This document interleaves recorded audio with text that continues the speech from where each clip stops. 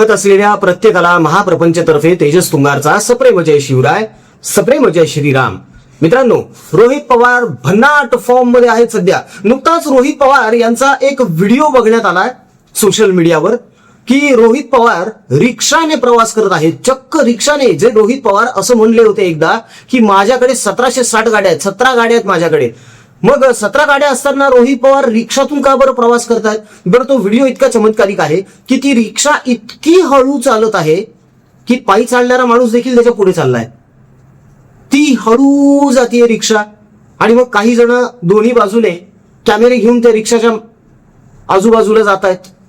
काही जण धावतायत, काही पळतायत, काही चालत जात आहेत, काही स्पीडनं चालतायत असे. आणि रोहित पवार यांचे त्या रिक्षात बसलेले फोटो काढतायत. थोडक्यात काय तर ही स्टंटबाजी आहे. सर्वसामान्य आहे मी, तुमच्यातलाच आहे मी हे दाखवण्याचा हा प्रयत्न, केविलवाणा प्रयत्न आहे. एकीकडे नरेंद्र मोदी यांच्यावर टीका करायची. जेव्हा नरेंद्र मोदी यांनी बोलले होते ना की इंधनाची बचत करा, पेट्रोलची बचत करा, तेलाची बचत करा, तेव्हा त्यांच्यावर टीका टिप्पणी केली. आणि आता 17 गाड्या सोडून स्वतः पब्लिक ट्रान्सपोर्टने प्रवास करतायत. बघा, डबल ढोलकी ज्याला म्हणतात ना, त्यातला हा प्रकार आहे. दुतोंडी, दुटप्पी. आणि केवळ राजकारण करत राहायचं प्रत्येक गोष्टीचं. एवढंच रोहित पवार यांना आता जमायला लागलेलं आहे, ते सुद्धा आपल्या आजोबांच्या आशीर्वादाने. रोहित पवार यांना काहीही करून हेच सिद्ध करायचं आहे की मी अजितदादांपेक्षाही 2 पावलं पुढे आहे. मला सर्वसामान्यांच्या प्रश्नांची जाणीव आहे. मी त्यांच्यातलाच एक आहे. पवार घराणं हे फक्त एक घराणं नाही, तर तो अख्खा महाराष्ट्र आहे, असं देखील रोहित पवार बोललेले आहेत. तुम्हाला दाखवतो मी रोहित पवार यांचा तो व्हिडिओ. तो बघितल्यानंतर तुम्ही सुद्धा रोहित पवार यांच्यावर हसाल. कारण तो व्हिडिओ बघितल्यानंतर एक अशी गोष्ट मी तुम्हाला सांगणार आहे, जी गोष्ट ऐकल्यानंतर रोहित पवार यांच्या या बोलण्यातली सगळी हवाच निघून जाईल. तेव्हा आपण आता पटकन त्या व्हिडिओला सुरुवात करूया. मात्र सुरुवात करण्या अगोदर विनंती करतो मित्रांनो, हात जोडून विनंती आहे, पुन्हा पुन्हा आवाहन यासाठी आहे कारण एकट्याच्याने काही गोष्टी अशक्य असतात.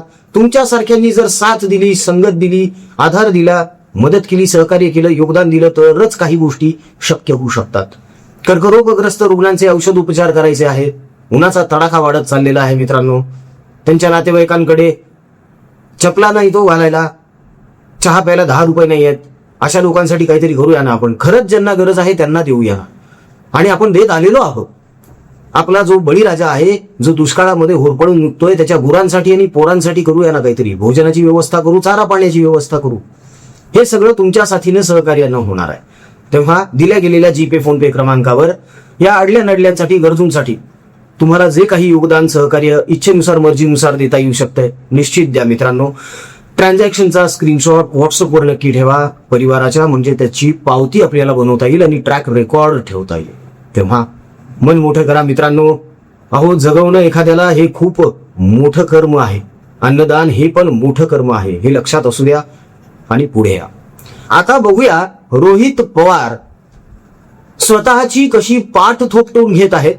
आणि पवार घराणं हे केवळ पवार घराणं नाही, तर हा अख्खा महाराष्ट्र आहे असं म्हणण्याचा, असं सांगण्याचा यांचा एक हा छोटासा प्रयत्न. बघून घ्या रोहित पवार काय म्हणतात. पवार कुटुंब काय पवार आडनावाचं नाही, पवार कुटुंब हे महाराष्ट्रातील लोक आहेत. त्यामुळे पवार साहेब जो काय ठिकाणी निर्णय घेतील, महाराष्ट्राची जनता ही पवार साहेबांबरोबर त्या ठिकाणी राहील. आणि आम्ही सुद्धा विचाराबरोबर पवार साहेब. आम्हाला सोपं आहे ना सत्तेत जाऊन बसायचं, पण इथं आता इथं आम्ही जर बोललो नाही तर मला सांगा, महिला अत्याचारांचे विषय बाहेर येणार आहेत का? कांद्याचा विषय बाहेर येणार आहे का? दादांना न्याय देण्याचा विषय बाहेर येणार आहे का? मग आता नीटच्या परीक्षेतला विषय बाहेर येणार आहे का? आम्ही सुद्धा जाऊन बसलो तर लोकांसाठी कोण लढणार? त्यामुळे पवार साहेबांनी आम्ही सगळ्यांनी भूमिका घेतली की आज लोकांच्या हितासाठी रस्त्यावर राहून त्या ठिकाणी लढायचं. मित्रपक्ष बरोबर आहेत, आम्ही लढत राहणार. लोकांनी निर्णय घ्यायचा की बरोबर राहायचं का विरोधात जायचं. बघितलं, रोहित पवार यांचं म्हणणं असं आहे की पवार हे फक्त आडनाव नाहीये, हे फक्त आमच्या पुरतं नाहीये, तर हे सगळ्यांसाठीच आहे. म्हणजे सगळेच जण हे पवार आहेत. मग आता प्रश्न असा पडतो की सगळेच जण जर पवार आहेत तर मग राज्यसभेवर फक्त शरद पवार का गेले, इतरांना कुणाला का नाही पाठवलं? प्रश्न पडू शकतात ना. आता सगळ्यात महत्वाचा मुद्दा, शरद पवार यांनी कर्मवीर भाऊराव पाटील यांची रयत शिक्षण संस्था बळकावली आणि हे सत्य कोणीही नाकारू शकत नाही. आज तागायत गेली 38 वर्षे शरदचंद्र पवार हे रयत शिक्षण संस्थेचे अध्यक्ष आहेत. आता 3 वर्षांसाठी म्हणजे परत एकदा ते अध्यक्ष म्हणून नियुक्त झालेले आहेत. नुकताच त्यांचा तो सोहळा झाला, कार्यक्रम झाला आणि त्यातच शरदचंद्र पवार यांनी एक महत्वाची घोषणा केली, एक महत्वाची नियुक्ती केली. कोणाची केली वेगळं सांगायची काय गरज आहे? रोहित पवार यांचीच केली ना हो. रयत शिक्षण संस्थेचा उत्तर विभागाचा अध्यक्ष म्हणून रोहित पवार याची नियुक्ती करण्यात आली. एकीकडे रोहित पवार असं म्हणतात की पवार म्हणजे सगळं काही आहे, सगळं महाराष्ट्र म्हणजे पवार, तुम्ही आम्हाला वेगळं समजू नका, आम्ही तुम्हाला वेगळं समजत नाही, तुम्ही आमच्यातलेच आम्ही तुमच्यातलेच, आपण सगळे एक आहोत, असं काहीतरी रोहित पवार यांचं म्हणणं आहे. आणि दुसरीकडे यांचं वागणं कसं आहे? राज्यसभा मलाच पाहिजे, लोकसभा मलाच पाहिजे, आमदारकी माझ्याच घरात पाहिजे, रयत शिक्षण संस्था माझ्याचकडे पाहिजे, अध्यक्ष मीच असणार, उत्तर विभाग अध्यक्ष रोहित पवार असणार, कार्याध्यक्ष सुप्रिया सुळे असणार, सगळे यांनाच पाहिजे. साखर कारखाने मलाच पाहिजे, बारामती ॲग्रो मलाच पाहिजे, शिखर बँकेमधले पैसे मलाच पाहिजे. आता तर विद्या प्रतिष्ठान सुद्धा यांनाच पाहिजे, कारण विद्या प्रतिष्ठानची जागा खूप मोठी आहे, संस्था खूप मोठी आहे, संस्थेकडे मालमत्ता देखील खूप आहे, ते सुद्धा आता यांनाच पाहिजे. आतापर्यंत यांनी इतरांना दिलंय काय? काय दिलंय? अहो, यांनी यांच्या सख्या पुतण्याला म्हणजे काकांनी, शरद पवार साहेबांनी अजितदादा पवार यांना तरी काय दिलं हो? उपमुख्यमंत्रीपद फक्त आणि अर्थमंत्रीपद. मुख्यमंत्री होण्याची संधी होती ना दादांकडे. आज जेव्हा रोहित पवार म्हणतात की दादा तुम्हाला जाऊन 4 महिने झाले तरी देखील तुमची आठवण मनातून काही जात नाहीये, इतकं प्रेम, इतकं ओसंडून वाहतंय, हे तेच रोहित पवार आहेत जे लोकसभेच्या प्रचारादरम्यान आपल्याच याच काकांवर, ज्यांच्या नावानं आज हे गळा काढत आहेत, त्यांच्यावर टीका करत सुटलेले होते, रडत बिडत होते, रडले होते ना एकदा प्रचार सुरू असताना, ज्याची टिंगल अजितदादांनी खुलेआम उडवलेली होती. यांना इतका मान आहे अजितदादांचा, त्यांच्या नावानं हे रडतात. पण जेव्हा अजितदादा म्हणायचे अरे जरा केस पांढरे झाले तुझे, काळे करत जा आणि ती शर्टाची वरची गुंडी लावत जा, मवाल्यासारखा दिसतोस, तेव्हा का नाही ऐकलं? तेव्हा तर ऐकलं नाहीच नाही, अजूनही ऐकलेलं नाही. अजूनही रोहित पवार यांच्या शर्टची वरची गुंडी ही उघडीच असते. मग काय मान ठेवता तुम्ही? काय सन्मान करता तुम्ही आणि काय आदर करता? आणि कोणाला सांगता की अजूनही आम्हाला आठवण येते तुमची म्हणून? अहो, तुम्हाला आठवण यासाठी येते कारण तुम्हाला तुमचं राजकारण चमकवायचंय, म्हणून हे सगळं चालू आहे ना. एकंदर काय आहे मित्रांनो, पवार घराणं म्हणजे असं आहे ना की सगळं काही आम्हालाच पाहिजे, आमच्याच घरात असलं पाहिजे, इतरांना कोणाला काही भेटायला नको. आता कसं होतं ना की लिंबू टिंबू असतात बघा, त्या लिंबू टिंबू प्रमाणे त्यांना जसं आपण देऊन टाकतो ना काहीतरी एखादं लॉलीपॉप, चॉकलेट, तसं हे यांच्या समर्थकांना, कार्यकर्त्यांना किंवा यांच्या पाठीराख्यांना देऊन टाकतात. हा, तू शहराध्यक्ष, तू जिल्हाध्यक्ष, संपला विषय. मूळ किंवा मुख्य जबाबदाऱ्या ज्या आहेत त्या पवार कधीही इतरांकडे सोपवत नाहीत. रयत शिक्षण संस्थेमध्ये सुद्धा अजितदादा पवार हे फक्त सदस्य होते बरं का. रयत शिक्षण संस्थेमध्ये अजितदादा पवार यांना महत्वाची जबाबदारी दिली गेली नव्हती, जशी रोहित पवारला देण्यात आलेली आहे. हे सुद्धा लक्षात घेणं अत्यंत गरजेचं आहे. म्हणजे बघा, पवारांच्या डोक्यामध्ये काय काय सुरू असतं, कसं कसं सुरू असतं. कारण पवारांना आता कळून चुकलेलं आहे की जितका अग्रेसिव्ह रोहित पवार आहे तितकी अग्रेसिव्ह आपली पुत्री कन्या नाही.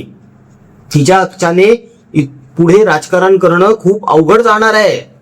मग तिला काहीतरी टेकू असावा, आधार असावा, म्हणून रोहित पवारला आत्ताच बिल्टअप देणं चालू आहे यांचं. सगळ्यांना असं वाटायला लागलंय की, असं वाटतं की रोहित पवार हे स्वतःच्या बुद्धीने चालतात, मात्र रोहित पवार स्वतःच्या मेंदूला काहीही करत नाहीत. सगळी स्क्रिप्ट जी आहे ती शरद पवार यांच्याकडून येते. प्राध्यापक राम शिंदे यांनी देखील सांगितलंच होतं ना उघडपणे, रोहित पवार हे 4-6 महिन्यातून एकदा येतात म्हणे कर्जत जामखेड मतदारसंघात, म्हणजे स्वतः जिथून आमदार आहेत तिथे. बाकी वेळ हे कुठे असतात? तर बाकी वेळ हे बारामतीत असतात, नाहीतर मुंबईत असतात आणि पत्रकार परिषदा घेत असतात. नाहीच तर आता जबाबदाऱ्या वाढल्यात. बारामती अॅग्रोची जबाबदारी आहे, आता तर रयत शिक्षण संस्थेची जबाबदारी आलेली आहे. कन्नड सहकारी साखर कारखाना सुद्धा बघायचा आहे, अजून लुटायचं आहे त्यामध्ये बरंच काही. अशा अनेक जबाबदाऱ्या आहेत ना, तर ह्या कधी पेलायच्या? म्हणून मग ते मतदारसंघात जात नसावेत. थोडक्यात काय, तुझं ते माझं आणि माझं ते पण माझं, म्हणजे माझं ते तर माझं असणारच आहे, पण तुझं पण माझं, अशी ही पवार नीती आहे. आणि हे आता लपून राहिलेलं नाहीये मित्रांनो, उघडपणे सगळ्यांना सगळं कळायला लागले, सगळ्यांना सगळं दिसायला लागलेलं आहे. बाकी या बाबतीत आपलं काय मत आहे जाणून घ्यायला निश्चितच आम्हाला आवडेल. रोहित पवार यांचा हा डबल ढोलकीपणा, दुटप्पीपणा तुम्हाला सुद्धा जाणवलेला आहे का? कमेंटमध्ये निर्भीडपणे, स्पष्टपणे, निश्चितपणे मांडा मित्रांनो. तुमच्या कमेंट्समुळेच आम्हाला नवनवीन विषय सुचतात. चला आता रजा घेण्या अगोदर जाता जाता परत एकदा विनंती करतो मित्रांनो, सुरुवातीला जे आवाहन केलं की आपण कर्करोगग्रस्त रुग्णांचे औषध उपचार, त्यांच्या नातेवाईकांसाठी अन्नदान, दुष्काळामध्ये होरपळून निघणाऱ्या आपल्या बळीराजासाठी, त्याच्या गुरांसाठी आणि पोरांसाठी चारा पाण्याची आणि भोजनाची व्यवस्था आपण करत आहोत. त्याचप्रमाणे विद्यार्थ्यांचं शिक्षण आहे आणि वृक्षारोपण देखील सुरूच आहे.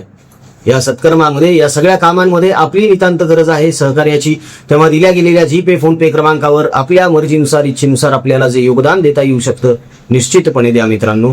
ट्रान्झॅक्शनचा स्क्रीनशॉट व्हॉट्सअपवर ठेवा, म्हणजे त्याची पावती बनवता येईल आपल्याला. व्हिडिओ जर आवडला असेल तर व्हिडिओला लाईक करा, कमेंट करा, शेअर करा, चॅनलला सबस्क्राईब पण करा. जय हिंद, जय महाराष्ट्र, वंदे मातरम, जय शिवराय, जय शंभूराजे, जय भवानी, जय जगदंब, भारत माता की जय, जय श्रीराम.